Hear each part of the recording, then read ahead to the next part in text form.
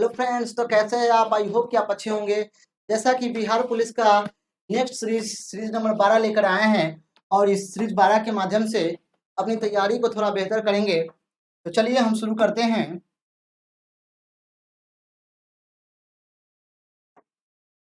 प्रश्न नंबर 1 क्या कह रहा है, देखिए कि बक्सर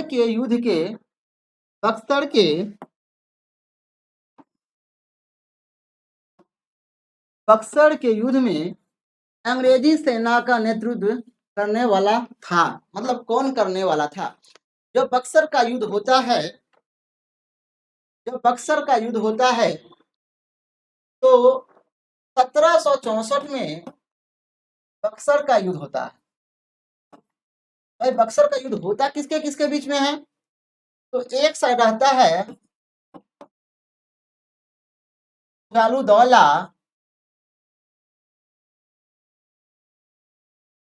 सुजाउद्दौला एक साइड रहता है सुजाउद्दौला और एक साइड रहता है अंग्रेज। सुजाउद्दौला अलग है, सुजाउद्दौला अलग है।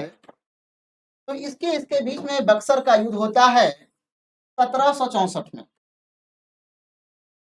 अब समझेंगे कि यहाँ पे जब युद्ध होता है बक्सर के युद्ध में, तो बंगाल के नवाब की तरफ से इधर सुजाउद्दौला रहता है और अंग्रेज के तरफ से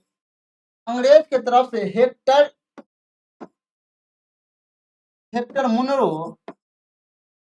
मुनरो नेतृत्व करता है। तो यहाँ बक्सर के युद्ध के समय 1764 में अंग्रेजी सेना का नेतृत्व किसने करता है? तो कहिएगा हेक्टर मुनरो। कौन करता है? हेक्टर मुनरो करेक्ट आंसर हो जाएगा।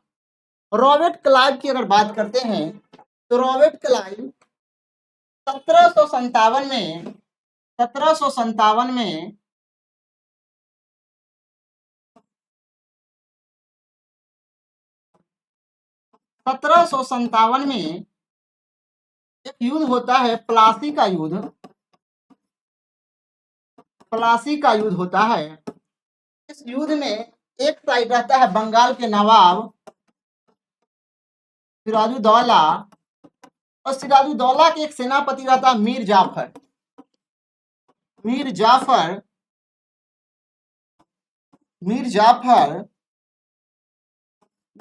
आता है। हालांकि जब युद्ध होता है 1757 में प्लासी की लड़ाई में, तो मीर जाफर ने सिराजुद्दौला की सेना ने मीर जाफर को धोखा देता है और अंग्रेज के समर्थन में चला जाता है। तो एक साइड रहेगा सिराजुद्दौला, बैटल हो जाता है, युद्ध हो जाता है रॉबर्ट क्लाइव प्लस मीर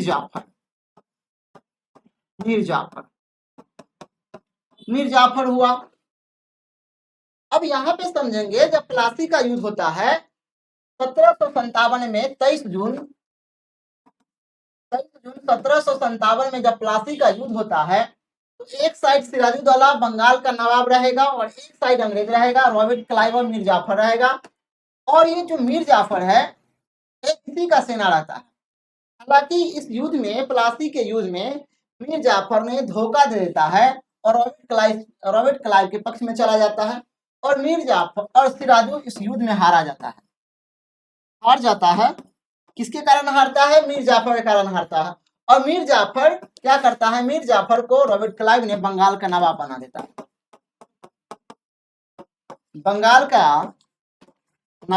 देता है। अब देखिए, यहाँ अंग्रेज ने दिमाग लगाया कि इसका जो सेनापति है मीर जाफर, इससे क्या कर लेता है? गुप्त संधि कर लेता है और क्या करता है? रॉबर्ट क्लाइव जो है ना, मीर जाफर को अपने तरफ रख लेता है और इस युद्ध में सिराजुद्दौला को हरा देता है और बंगाल का नवाब सिराजू मीर जाफर को बना देता है, लालच दे देता है। वारेन हेस्टिंगस इसके शासनकाल में 1781 में मद्रास में मदरसा 1781 में मदरसा बनाता है।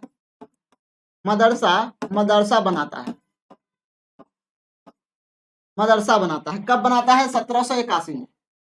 चार्ल्स आयरकूट, ये जो आयरकूट है, वांडीवास की जब लड़ाई होती है, वांडीवास की लड़ाई 1760 में, वांडीवास की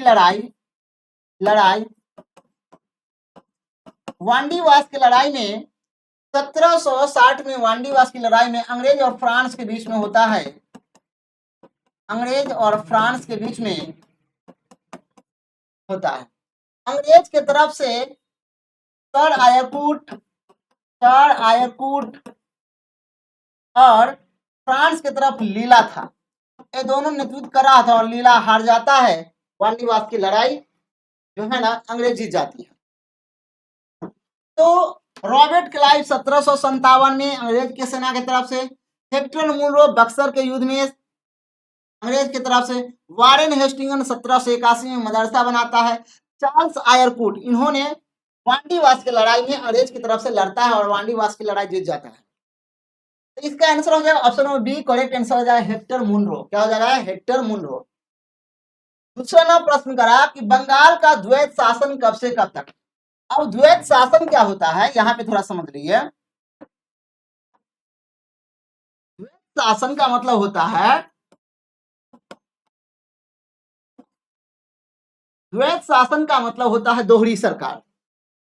उस समय 1757 में जब रॉबर्ट क्लाइव बंगाल का गवर्नर जनरल बनता है तो रॉबर्ट क्लाइव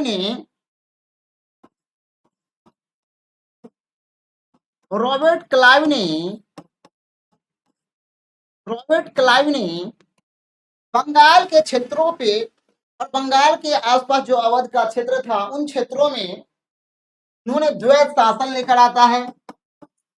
द्वैत शासन, यह शासन दो तरह के शासन हुआ करता था। एक शासन होता था, द्वैत शासन में दोहरी सरकार होता था। पहला सरकार होता था ईस्ट इंडिया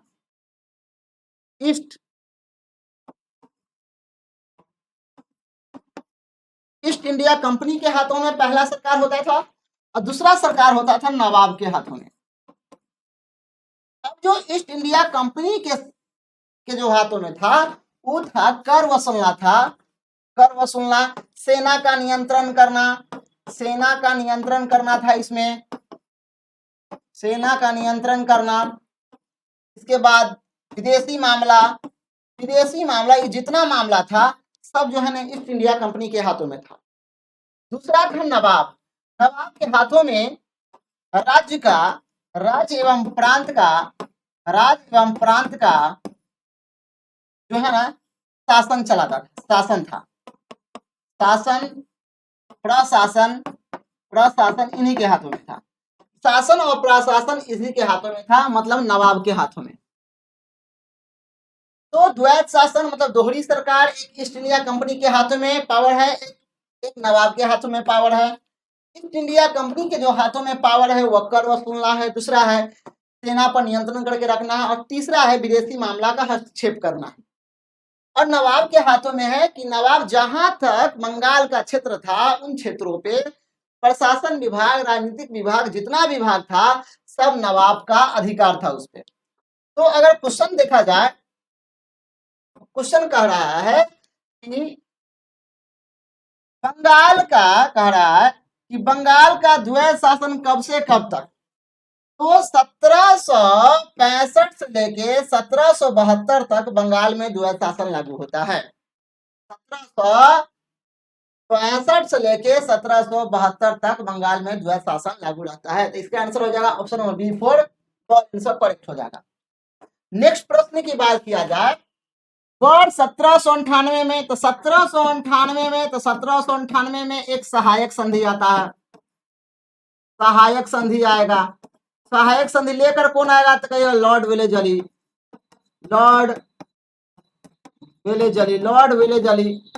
सहायक संधि लेकर आता है। कि लॉर्ड विलेजली द्वारा प्रस्तावित सहायक संधि को स्वीकार करने वाला पहला भारतीय शासक कौन था। तो पहला भारतीय शासक की बात किया जाए तो इस संधि के तहत बहुत सारे राज्यों को मिला लिया जाता है बंगाल के क्षेत्रों में। तो 1798 में सहायक संधि स्वीकार करने वाला पहला राज्य हैदराबाद का हैदराबाद का निजाम जो है ना, पहला भारतीय शासक था, इन्होंने सहायक संधि में विलय हो जाता। दूसरा अगर देखा जाए 1799 में मैसूर भी इसमें विलय हो जाता है। मैसूर ये 1799 में होता है। उसी प्रकार 1799 अक्टूबर में जो है ना, तंजौर जो है ना, तंजौर भी जो है ना सहायक संधि के अंदर विलय हो जाता है। तो यहां से प्रश्न पूछता है कि सहायक संधि कब आया, तो कहिएगा 1798 में। कौन लेकर आया? Lord Wellesley. कौन लेकर आया? Lord Wellesley. तो इसका आंसर हो जाएगा option number B for ball, Hyderabad का निजाम। तो क्वेश्चन पूछेगा हैदराबाद सहायक संधि में कब विलय हुआ, तो कहिएगा 1798 में। तंजौर मैसूर पूछेगा तो कहिएगा 1799 में। तंजौर पूछेगा तो कहिएगा अक्टूबर 1799 में। इसका आंसर हो जाएगा ऑप्शन नंबर डी हो जाएगा। इसमें अवध का भी क्षेत्र था, अवध था, जोधपुर था, सहायक संधि में मिलने वाला था। इसके बाद मैसूर तक क्षेत्र था, अवध हुआ, मैपुर, जोधपुर। इसके बाद भरतपुर भी था, भरतपुर एक तक सहायक संधि में मिलने वाले जो है ना क्षेत्र था। इसमें क्वेश्चन पूछे था बंगाल जो था ना, बंगाल सहायक संधि में नहीं मिला था। सहायक संधि में नहीं मिला था। सहायक संधि में नहीं मिला था बंगाल। तो यहां से भी प्रश्न पूछता है कि बंगाल सहायक संधि में कब मिला था, तो बंगाल सहायक संधि में मिला ही नहीं था। इसका आंसर हो जाएगा option number B for correct answer हो जाएगा। भारत का प्रथम गवर्नर जनरल, और इसी गवर्नर जनरल को वायसराय कहने लगा, तो इसका आंसर हो जाएगा लॉर्ड कैनिंग ने 1857 में बंगाल का गवर्नर जनरल का नाम बदलकर भारत का गवर्नर जनरल कर दिया गया, और यह भारत का वायसराय कर दिया गया। कब? 1757। इसी के समय में भारत में सिपाही विद्रोह होता है। सिपाही विद्रोह इन्हीं के समय में होता है। दूसरा देखा जाए तो इन्हीं के समय में, लॉर्ड कैनिंग के ही समय में 1862 के आसपास उच्च न्यायालय का गठन होता है। उच्चतम न्यायालय का गठन होता है। लॉर्ड मिंटो, लॉर्ड हेस्टिंग्स नहीं होगा, ऑप्शन नंबर बी इसका करेक्ट आंसर हो जाएगा। लॉर्ड कर्जन के समय में, लॉर्ड कर्जन आता है 1905 में और बंगाल को अलग थलग कर देता है। कर्जन आता है 1905 में, बंगाल को विभाजन कर देता है। बंगाल का विभाजन कर देता है लॉर्ड कर्जन। नेक्स्ट प्रश्न की अगर बात किया जाए तो कहा तीसरे अंगल मैसूर युद्ध। अब क्वेश्चन पूछेगा पहला अंगल मैसूर युद्ध, प्रश्न पूछेगा आपसे।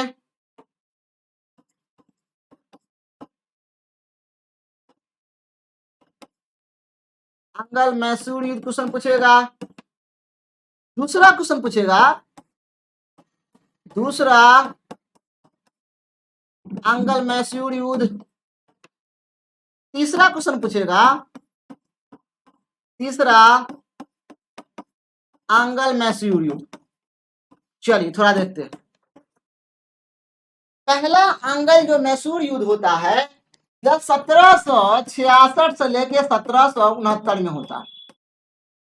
एक साइड रहता है अंग्रेज और एक साइड रहता है हैदर अली, और दोनों में भयंकर लड़ाई होता है। और पहला अंगल जो मैसूर युद्ध है ना, यह हैदर अली के पक्ष में चला जाता है। हैदर अली के पक्ष में चला जाता है। दूसरा अंगल मराठा युद्ध जो 1782 से लेके 1784 तक होता है। और यह युद्ध होता है जब हैदर अली की मृत्यु हो जाती है 1782 में। 1782 में हैदर अली की कैंसर के कारण की मृत्यु हो जाती है। तो मैसूर के राजा टीपू सुल्तान आता है और टीपू सुल्तान और अंग्रेज के बीच में भयंकर लड़ाई होता है। दूसरा अंगल मराठा अगर देखा जाए, दूसरा मैसूर युद्ध दूसरा आंग्ल मैसूर युद्ध देखा जाए तो मैसूर के राजा हैदर अली के बाद बनता है टीपू सुल्तान। टीपू सुल्तान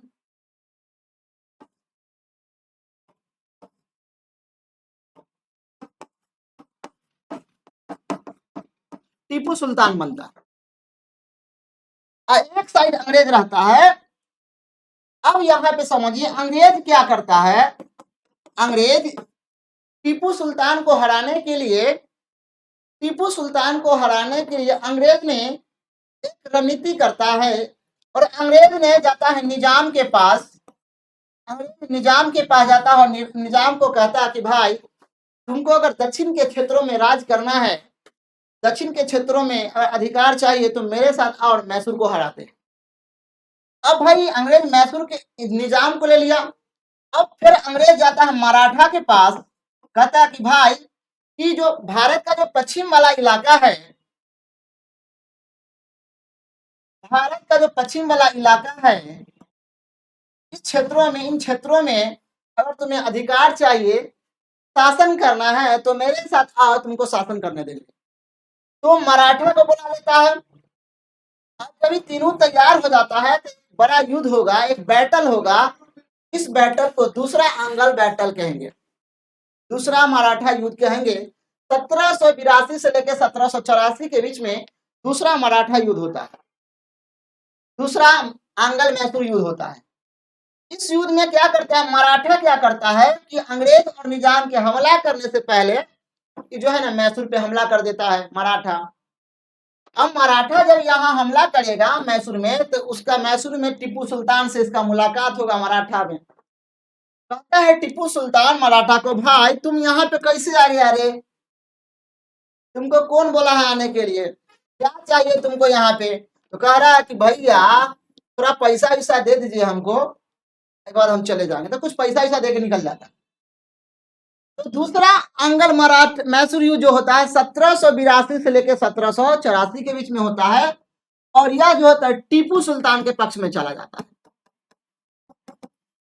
टीपू सुल्तान के पक्ष में युद्ध चला जाता है। तो क्वेश्चन पूछता है कि हैदर अली का मृत्यु कब होता है 1782 में, किसके कारण, कैंसर के कारण हो जाता है।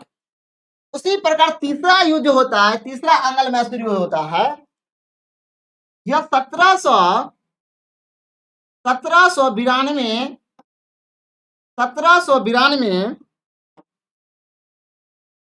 एक मिनट इसको मिटा लेते हैं।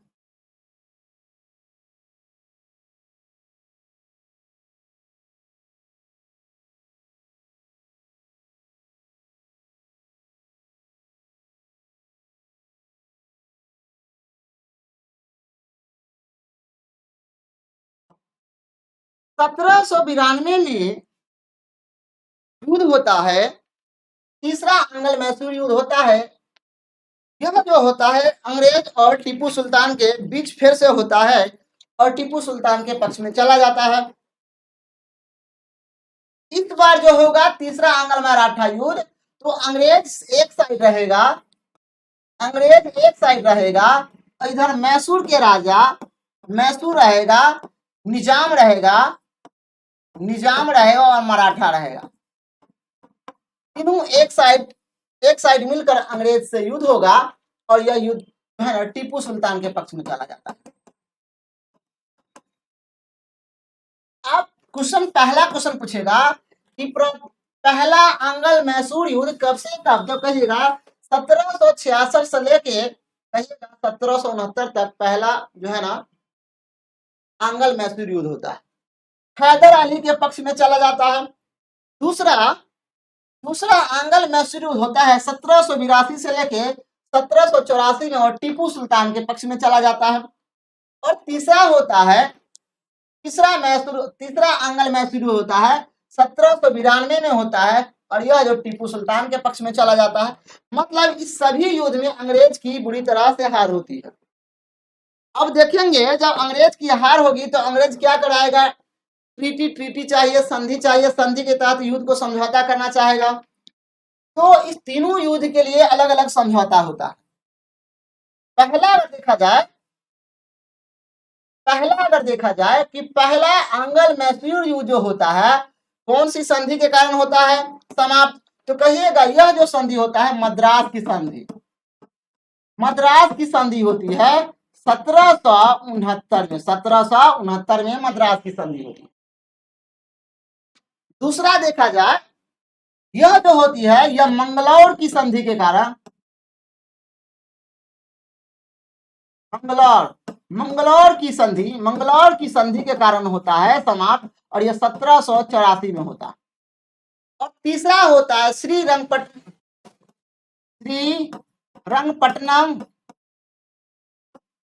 रंगपट्टनम की संधि के कारण होता है, यह 1792 में होता है। और तीनों इस युद्ध में, तीनों आंग्ल मैसूर युद्ध में जो होता है इसमें अंग्रेज की हार होती है। तो तीसरे आंग्ल मैसूर युद्ध को रोकने के लिए टीपू सुल्तान ने अंग्रेज के साथ कौन सी संधि करती है? तो कहिएगा श्रीरंगपट्टनम की संधि, श्रीरंगपट्टनम की संधि 1792 में होता है, और अंग्रेज पीछे हट जाता है और टीपू सुल्तान की जीत होती है यहाँ पे। इसका हो जाएगा मंगलौर की संधि। जब मंगलौर की संधि 1784 में द्वितीय आंग्ल मैसूर में होता है, इसका answer option number C correct answer हो जाएगा। राजक्षय हड़प नीति, क्वेश्चन नंबर नेक्स्ट कह रहा है कि राजक्षय हड़प नीति जब्ती सिद्धांत, अब ये जितना सिद्धांत है भैया, राज्य हड़प नीति, राजक्षय नीति, ये सब सिद्धांत लेकर आता है लॉर्ड डलहौजी।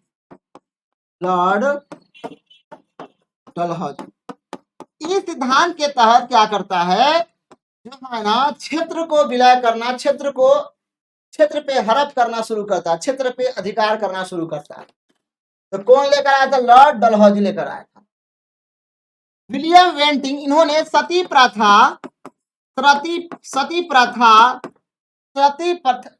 प्रथा को रोकने का प्रयास करता है। इन्होंने ठगी प्रथा को भी रोकने का प्रयास करता है। कैंगियन की भी बात किया जाए तो इन्होंने पुनर्विधवा विवाह लागू करता है। डलहौजी इन्होंने रेल की शुरुआत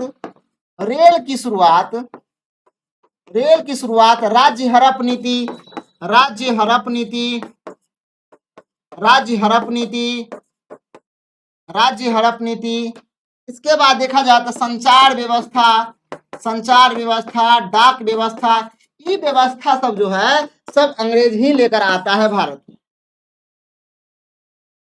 तो इसका आंसर क्या हो जाएगा? ऑप्शन नंबर डी इसका करेक्ट आंसर हो जाएगा।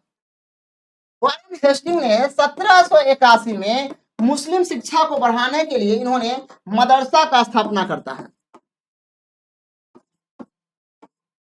मदरसा बनाता है कलकत्ता में। आगे अगर देखा जाए, इस सिख गुरु ने फारसी में जफरनामा, क्वेश्चन पूछेगा कि जफरनामा की रचना फारसी में किसने किया है? तो कहिएगा इसका आंसर श्री हरि गोविंद सिंह ने जफरनामा की रचना की है। आपसे क्वेश्चन पूछेगा गुरु अंगद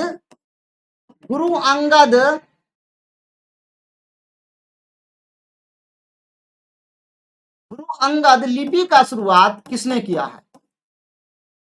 गुरु अंगद लिपि का शुरुआत किसने किया है? आपसे क्वेश्चन पूछेगा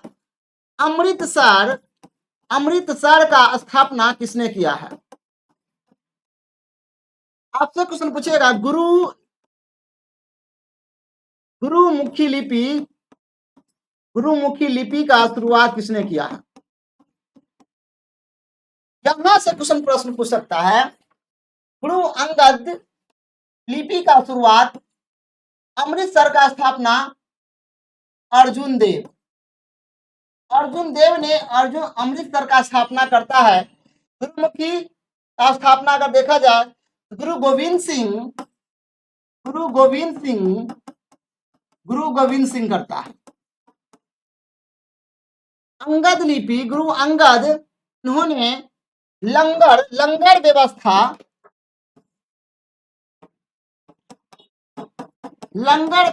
लागू करता है। तो इसका आंसर हो जाएगा ऑप्शन नंबर बी, गुरु गोविंद सिंह गुरु, इसका करेक्ट आंसर हो जाएगा। नेक्स्ट प्रश्न की बात करते हैं कि भारत में डाक व्यवस्था की शुरुआत करने वाला ब्रिटिश गवर्नर था। मतलब भारत में डाक व्यवस्था, संचार व्यवस्था, रेल व्यवस्था, तार व्यवस्था, ये सभी व्यवस्था जो है ना अंग्रेज ही लेकर आता है। तो क्वेश्चन पूछेगा कि भारत में रेल व्यवस्था, रेल व्यवस्था, तार व्यवस्था, इसके बाद संचार व्यवस्था, संचार व्यवस्था, राज्य हड़प नीति, राज्य हड़प नीति, राज्य हड़प नीति, डाक व्यवस्था, ये सब जो है ना यह अंग्रेज के गवर्नर जनरल लॉर्ड डलहौजी लेकर आता है, लॉर्ड डलहौजी लेकर आता है।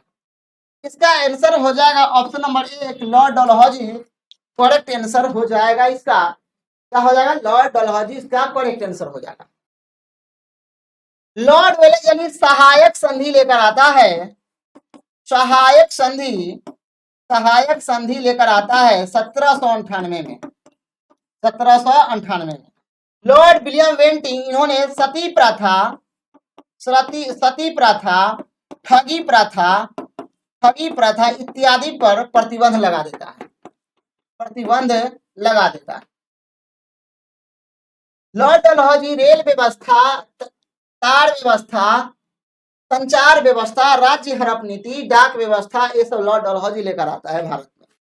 तो इसका आंसर हो जाएगा ऑप्शन नंबर एक, लॉर्ड डलहौजी करेक्ट आंसर हो जाएगा।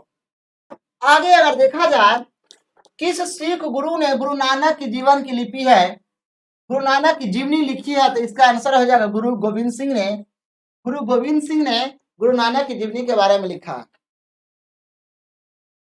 करतारपुर,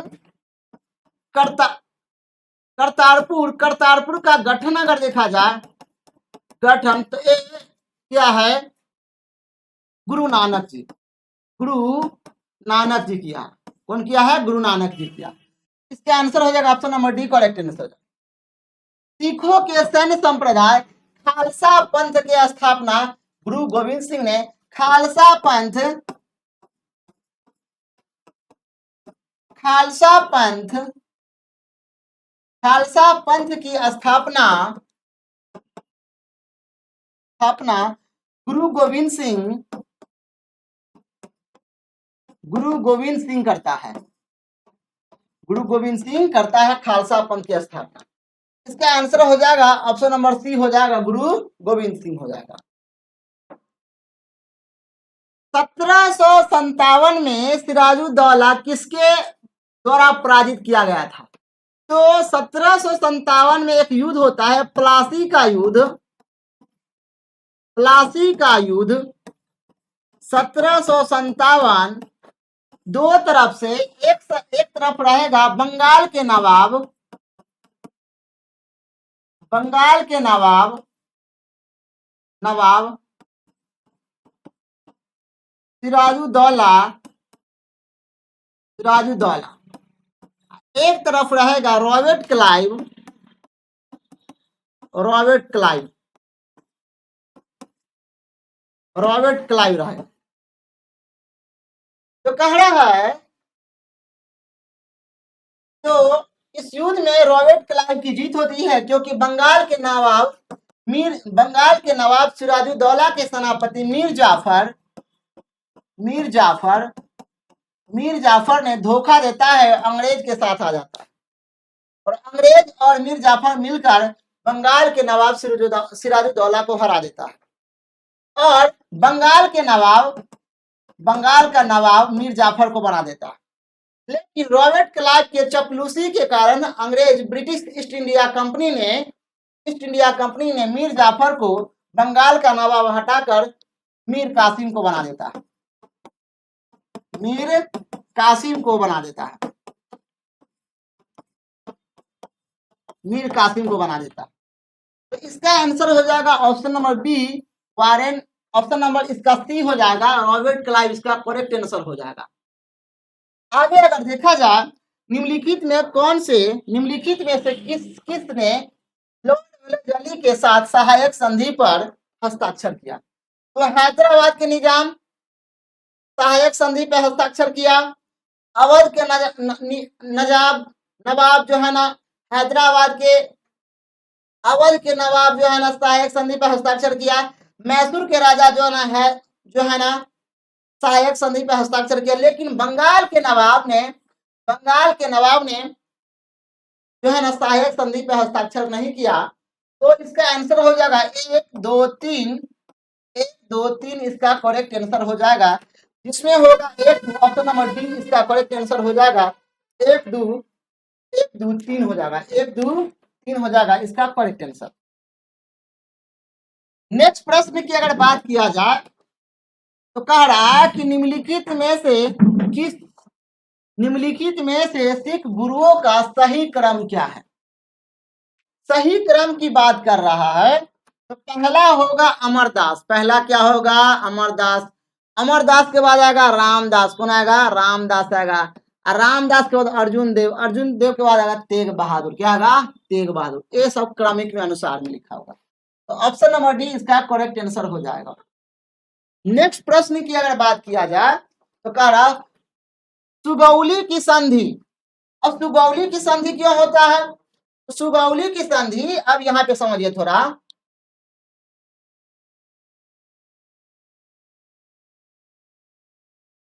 अब यहाँ पे थोड़ा समझेंगे। सुगौली की संधि प्रश्न पूछ रहा है।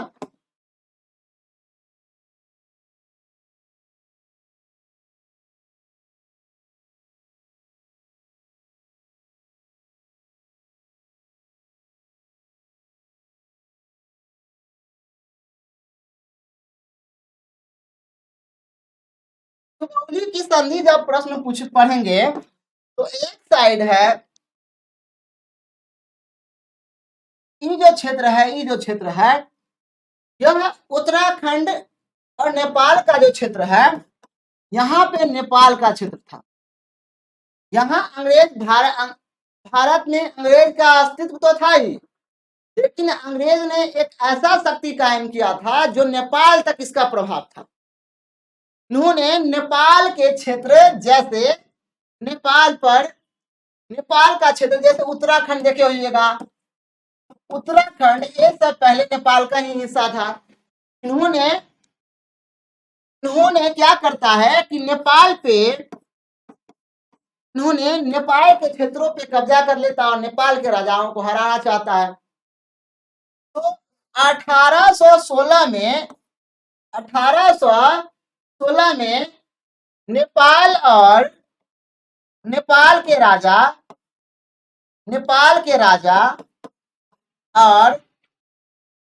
अंग्रेज के बीच में युद्ध होता है और इस युद्ध को समाप्त करने के लिए 1816 में सुगौली की संधि होती है और नेपाल जो है ना उत्तराखंड वाले हिस्सा भारत में मिलाने देने का प्रस्ताव जारी कर देता है। भारत में उत्तराखंड हिस्सा को दे देने का मंजूरी प्रदान करता है और अभी उत्तराखंड भारत का हिस्सा है। तो सुगौली की संधि कब होता है? 1816 में अंग्रेज और नेपाल के बीच में होता है। तो यहाँ पे कह रहा किसके बीच संपन्न हुआ? तो कहिएगा ईस्ट इंडिया कंपनी और नेपाल के बीच में। ऑप्शन नंबर 1 करेक्ट आंसर हो जाएगा। नेक्स्ट प्रश्न की अगर बात करते हैं, टीपू सुल्तान की मृत्यु 1799 में कहाँ हुई थी? टीपू सुल्तान की मृत्यु 1799 में इसका मृत्यु होता है श्री रंग पटना में इसका मृत्यु हो जाता है। 1799 में इसका मृत्यु हो जाता है, टीपू सुल्तान की मृत्यु हो जाता है। इसमें क्वेश्चन पूछेगा हैदर अली का मृत्यु